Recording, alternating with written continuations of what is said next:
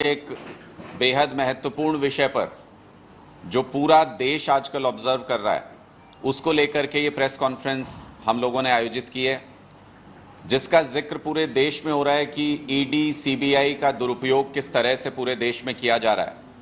वसूली के लिए ईडी का इस्तेमाल कैसे कर रही है भारतीय जनता पार्टी और पिछले कई सालों में कैसे किया है, उसका एक उदाहरण और बड़ा उदाहरण हरियाणा के अंदर भी देखने को मिल रहा है। वो लेकर के आज हम आपके सामने आए हैं।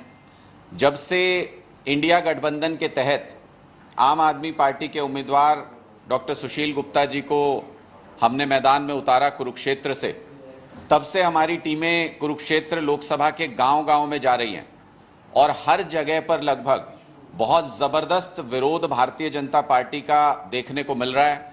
गांव के लोग कह रहे हैं कि भारतीय जनता पार्टी के नेताओं को प्रचार के लिए भी गांव में घुसने नहीं देंगे। ऐसा विरोध लगातार देखने को मिल रहा था और यही कारण था कि भारतीय जनता पार्टी का कोई भी उम्मीदवार कुरुक्षेत्र से चुनाव मैदान में उतरने को तैयार नहीं था। उसका सबसे बड़ा उदाहरण जो आज मुख्यमंत्री हैं प्रदेश के, नायब सैनी जी, वो वहां से सांसद थे और अगर उनको मुख्यमंत्री बनाना प्री प्लान्ड होता भारतीय जनता पार्टी का तो 3 महीने पहले, 3-4 महीने पहले उनको प्रदेश का अध्यक्ष नहीं बनाया गया होता। इसका मतलब भारतीय जनता पार्टी की ऐसी कोई योजना नहीं थी पहले, लेकिन जब उन्होंने देखा कि कुरुक्षेत्र से इंडिया गठबंधन के उम्मीदवार के सामने उनके पास कोई ऑप्शन नहीं है और नायब सैनी जी बुरी तरह से हारेंगे वहां से, तो उन्होंने एक एस्केप रूट देते हुए, क्योंकि प्रदेश अध्यक्ष की हार भारतीय जनता पार्टी के लिए पॉलिटिकल डेथ होती हरियाणा के अंदर, इसलिए उन्होंने एस्केप रूट देते हुए आनन फानन में नायब सैनी जी को मुख्यमंत्री बना करके वहां से निकाला, सेफ एग्जिट दिया। उसके बाद संदीप गर्ग एक स्थानीय व्यापारी हैं, उनको ज्वाइन कराया गया पार्टी में। यह कहा गया कि उनको टिकट के लिए लाया गया था कि उनको चुनाव लड़वा देंगे वहां से, लेकिन उन्होंने भी हाथ खड़े कर दिए, लगता है कि मैं चुनाव नहीं लड़ सकता बीजेपी के टिकट पे। तो भारतीय जनता पार्टी में होते हुए उनके ऊपर ईडी की रेड करवा दी, क्योंकि बीजेपी के नेता भी आजकल इनके टिकट पे चुनाव नहीं लड़ना चाहते, उनको भी ईडी और सीबीआई से ही हैंडल कर रही है भारतीय जनता पार्टी। उसके बाद नाम आया नवीन जिंदल जी का। 20-25 दिन तक लगातार ये उहापोह चलती रही। नवीन जिंदल जी के परिवार की तरफ से मना करते रहे कि चुनाव नहीं लड़ रहे हैं और भारतीय जनता पार्टी की तरफ से खबर उड़ाई जाती रही कि चुनाव लड़ेंगे नवीन जिंदल। और जिस तरीके से ज्वाइनिंग हुई, उसके आधे घंटे के बाद लिस्ट में नाम आया, वो आप सब ने देखा।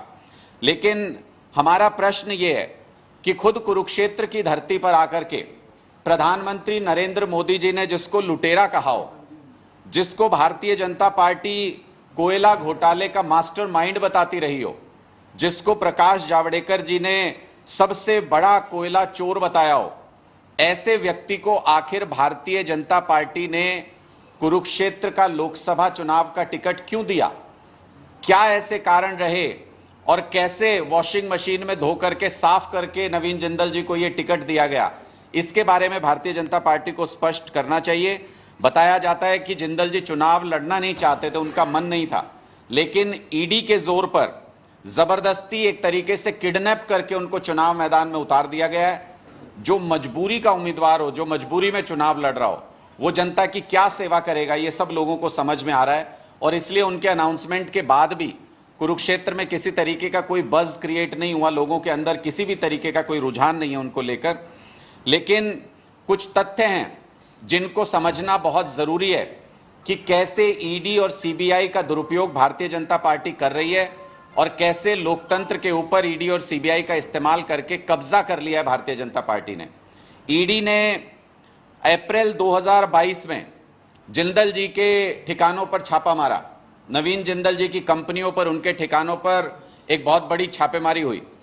उसके बाद 2023 में नवीन जिंदल जी ने अपनी पार्टी कांग्रेस में जब वो थे तो अपनी पार्टी को तो दिया 2 करोड़ रुपए चंदा और भारतीय जनता पार्टी को दिया 25 करोड़ रुपए चंदा। यह इतिहास में शायद पहला ऐसा उदाहरण होगा कि कोई व्यक्ति अपनी पार्टी को छोड़ के राइवल पार्टी को चंदा दे रहा है। लेकिन उसका असर देखने को मिला तुरंत प्रभाव से कि 9 सितंबर 2023 को नवीन जिंदल जी को विदेश यात्रा की अनुमति मिल जाती है कोर्ट से, ओमान और यूएई जाने की अनुमति मिल जाती है। 12 अक्टूबर 2023 को अमेरिका इंग्लैंड और यूएई जाने की अनुमति मिल जाती है। 23 जनवरी 2024 को अमेरिका, यूके और जर्मनी जाने की इनको अनुमति मिल जाती है और सीबीआई इनकी जमानत का कोई विरोध नहीं करती है। यह सरासर समझ में आता है कि एजेंसीज का किस तरीके से उगाही करके, चंदा लेकर के भारतीय जनता पार्टी ने दुरुपयोग किया। जिंदल जी ने कुल मिलाकर के कांग्रेस में रहते हुए भी 73 करोड़ रुपए चंदा भारतीय जनता पार्टी को दिया। वो किस लिए दिया? ईडी और सीबीआई की जांच को प्रभावित करने के लिए दिया, उन केसेस को सेटल करने के लिए दिया और अब उसी मजबूरी में कुरुक्षेत्र से चुनाव लड़ने का फैसला भी किया। लेकिन लोगों के समक्ष ये सारी चीजें साफ हैं और हम भारतीय जनता पार्टी से ये सवाल पूछना चाहते हैं कि मजबूरी में आप नवीन जिंदल जी को एक तरीके से किडनैप करके या ईडी के जोर पर ले तो आए चुनाव लड़ने के लिए, लेकिन क्या प्रधानमंत्री जी या भारतीय जनता पार्टी के वरिष्ठ नेता ये स्पष्ट करेंगे कि ऐसी क्या मजबूरी रही कि जिसको आप कोयला चोर कहते थे, कोयला घोटाले का मास्टरमाइंड कहते थे, जिसको प्रधानमंत्री जी कुरुक्षेत्र में आके ही लुटेरा कह करके गए, उस नवीन जिंदल को आखिर भारतीय जनता पार्टी की कौन सी मजबूरी थी कि उनको कुरुक्षेत्र से चुनाव मैदान में उतारना पड़ा? क्या इससे यह स्पष्ट नहीं हो जाता है कि भारतीय जनता पार्टी में, पूरी भारतीय जनता पार्टी में कोई एक ऐसा उम्मीदवार नहीं था जो कुरुक्षेत्र से इंडिया गठबंधन के उम्मीदवार डॉक्टर सुशील गुप्ता जी का मुकाबला कर सके? क्या इससे यह स्पष्ट नहीं हो जाता है कि भारतीय जनता पार्टी को उधार में एक उम्मीदवार लाना पड़ा जिसको जबरदस्ती ईडी और सीबीआई के जोर पर यहां चुनाव मैदान में उतारा गया है? हम भारतीय जनता पार्टी से यह भी पूछना चाहते हैं कि क्या लोकतंत्र में उनका विश्वास पूरी तरह से खत्म हो गया है, जो वो तानाशाही पर उतर आए हैं? हमने तो सुना था भारतीय जनता पार्टी कह रही है कि 400 पार करेंगे। अगर 400 पार कर सकते तो मैं ये सवाल पूछना चाहता हूं, तो पहले 400 ही पार कर लेते, उसके बाद केजरीवाल जी को भी जेल में डाल देते, हम सबको भी जेल में डाल देते। कम से कम 5 साल तो जेल में हमको रहना पड़ता क्योंकि आपकी बहुमत की सरकार होती। लेकिन आपको 400 पार का कॉन्फिडेंस नहीं है, आपको 40 पार का भी कॉन्फिडेंस नहीं है। इसलिए कांग्रेस के अकाउंट्स फ्रीज किए जा रहे हैं, सारे विरोधी पॉलिटिकल पार्टीज को ईडी के, इनकम टैक्स के समन और नोटिसेस भेजे जा रहे हैं। आम आदमी पार्टी की सारी लीडरशिप को जेल के अंदर डालना चाहते हैं। हमारे बड़े बड़े नेता, पार्टी के जो टॉप लीडरशिप है वो ऑलरेडी जेल में है। आज फिर समन दिया गया है और जो हमारे ट्रांसपोर्ट मिनिस्टर हैं दिल्ली के, कैलाश गहलोत जी, आज उनको समन दिया गया है। उनसे भी पूछताछ होगी, उसके बाद उनकी भी गिरफ्तारी होगी, यह हमें पहले से ही मालूम है। तो क्या पूरी विरोधी लीडरशिप को जेल में डाल के उनके अकाउंट फ्रीज करके तब मोदी जी चुनाव लड़ना चाहते हैं? क्या यही उनका कॉन्फिडेंस है? ये सारी चीजें स्पष्ट तौर पे बताती हैं कि भारतीय जनता पार्टी अपना विश्वास पूरी तरह से खो चुकी है। जनता के बीच में भारतीय जनता पार्टी अपना प्यार, अपना विश्वास पूरी तरह खो चुकी है। इसलिए ये आनन फानन में इस तरह के कदम उठाए जा रहे हैं कि एजेंसीज का दुरुपयोग करके सारे विपक्ष को पूरी तरह से अपंग कर दिया जाए, उनको चुनाव लड़ने के काबिल ही ना छोड़ा जाए और उसके बाद अकेले दौड़ते हुए मोदी जी ये चाहते हैं कि वो ये कहें कि मैं अकेला दौड़ रहा था और फर्स्ट आया हूं। ऐसी सिचुएशन मोदी जी लाना चाहते हैं। लेकिन अब जो हालात बने उसमें देश की जनता ने यह फैसला किया है कि चाहे कोई पार्टी के नेता जेल से बाहर रहे या ना रहे, चाहे किसी पार्टी के पास पैसा खर्च करने को हो या ना हो, अब ये चुनाव जनता लड़ेगी और लोकतंत्र को बचाने के लिए लड़ेगी और भारतीय जनता पार्टी के एक एक उम्मीदवार की जमानत जब्त कराएंगे। कुरुक्षेत्र के अंदर भारतीय जनता पार्टी का चुनाव उठने का नाम ही नहीं ले रहा है क्योंकि जिन उम्मीदवार को वो लेकर के आए हैं वो जबरदस्ती लगभग किडनैप करके लाए गए उम्मीदवार हैं। वो एक ऐसे उम्मीदवार हैं जिनके ऊपर उन्होंने ही कभी कोयला चोर होने का, कोयला घोटाले के मास्टरमाइंड होने का आरोप लगाया था। वो एक ऐसे उम्मीदवार हैं जिनको भारतीय जनता पार्टी में कोई भी उम्मीदवार न मिलने पर लास्ट मिनट एंट्री देकर के उनकी टिकट की घोषणा की गई है। इसलिए कुरुक्षेत्र की जनता ने पहले ही अपना निर्णय ले लिया है कि मजबूरी के उम्मीदवार को नहीं जिताएंगे, मजबूती वाले उम्मीदवार को जिताएंगे। सुशील गुप्ता जी इस वक्त एक ऐसे उम्मीदवार कुरुक्षेत्र लोकसभा में हैं जिसका कोई जवाब भारतीय जनता पार्टी के पास नहीं है। इसलिए कभी डमी उम्मीदवार लेकर के आते हैं, दूसरे वोट कटुआ उम्मीदवारों को उतारते हैं और कुछ और वोट कटुआ उम्मीदवारों को उतारने की तैयारी कर रहे हैं। हम खुली चुनौती देते हैं भारतीय जनता पार्टी को, आपके पास ईडी, सीबीआई, डमी उम्मीदवार, जो भी हथियार हैं सब चला लीजिए, लेकिन आपको हार का सामना करना पड़ेगा। आपके कोई प्रश्न है तो आप पूछ सकते हैं। उन्होंने कहा कि जननायक जनता पार्टी 10 लोकसभा सीटों पर उम्मीदवार पाने की बात की है। उल्टा करें कि मैंने पहले ही कहा था कि पिछली तरफ से जो है वो समझौता हो जाए भारतीय जनता पार्टी, तो कैसे देखते हैं? देखिए, हमने तो स्पष्ट तौर पे कहा है कि कुछ डमी उम्मीदवार उतारे हैं और कुछ सीटों पर आने वाले समय में डमी उम्मीदवार उतारे जाएंगे। जननायक जनता पार्टी, जिसके नेता गठबंधन टूटने के बाद भी ये कहते हो कि हम कल भी गठबंधन में थे, आने वाले समय में फिर गठबंधन में हो सकते हैं, उनकी क्या क्रेडिबिलिटी आज के दिन हरियाणा में बची है, ये मुझे बताने की जरूरत नहीं है। जेल जाने से उनको डर लगता है, इसलिए भारतीय जनता पार्टी के दफ्तर से जो लिस्ट बन के आएगी विरोधी पार्टियों के वोट काटने के लिए, उसी लिस्ट पर जननायक जनता पार्टी के उम्मीदवारों पर मोहर लग जाएगी और वो चुनाव मैदान में आएंगे।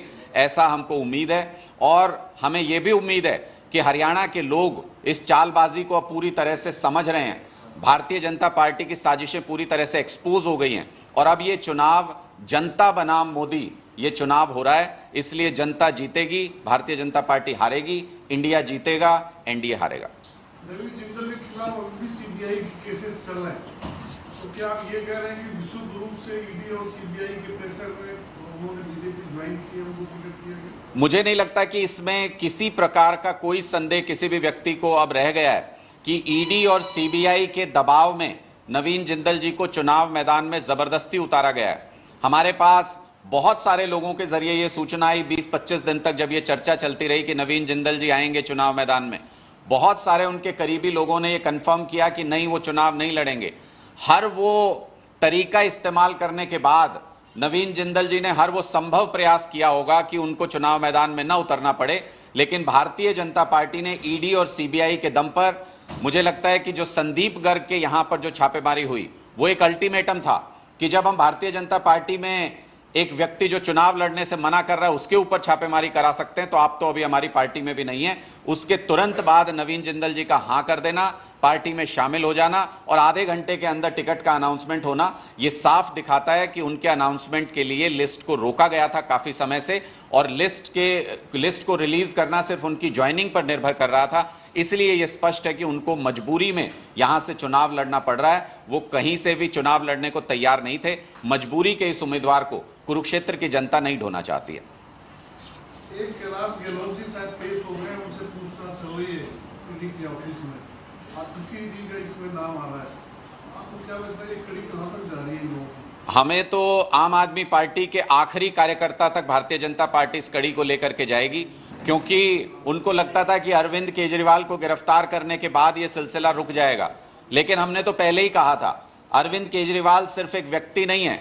आज के दिन अरविंद केजरीवाल एक सोच है जो देश के करोड़ों लोगों के दिलों में है और कितने मर्जी केजरीवाल को गिरफ्तार कर लीजिए, हर कार्यकर्ता आम आदमी पार्टी का सड़क पर आकर कहेगा मैं भी केजरीवाल, और जो कहता जाएगा वो जेल जाता जाएगा। हमें कोई संदेह नहीं इस बात में कि हमारी सारी लीडरशिप को जेल में डाल करके मोदी जी चुनाव लड़ना चाहते हैं। मैंने पहले भी कहा था कि बंद पिंजरे में शेर के सामने कोई भी खड़ा हो सकता है। मैं मोदी जी को चुनौती देता हूं, खुले मैदान में शेर का सामना करके देखिए, आपको आपकी हकीकत मालूम हो जाएगी। अनुराग जी, लोकसभा सीटों पर तो आप कांग्रेस के साथ मिलकर करनाल चुनाव होना है, उस पर आप किस पार्टी को? देखिए, जैसा मैंने कहा कि भारतीय जनता पार्टी वो बुझने से पहले जो दिया फड़फड़ाता है, आजकल उस मोड़ में चल रही है भारतीय जनता पार्टी और एक ऐसा उपचुनाव कराने का प्रयास किया जा रहा है जो वैधानिक तौर पर सही नहीं है। करनाल उपचुनाव हो नहीं सकता है क्योंकि 1 साल से कम का समय बचा है और अगर प्रैक्टिकलिटी में देखें तो जब जून में रिजल्ट डिक्लेयर होगा और सितंबर में जब आचार संहिता लगेगी, उसके बीच में सिर्फ 3 महीने का समय है। तो हमारे कानून में, हमारे संविधान में ऐसा कोई प्रावधान नहीं है कि 3 महीने के लिए किसी सदन में किसी व्यक्ति को चुना जाए।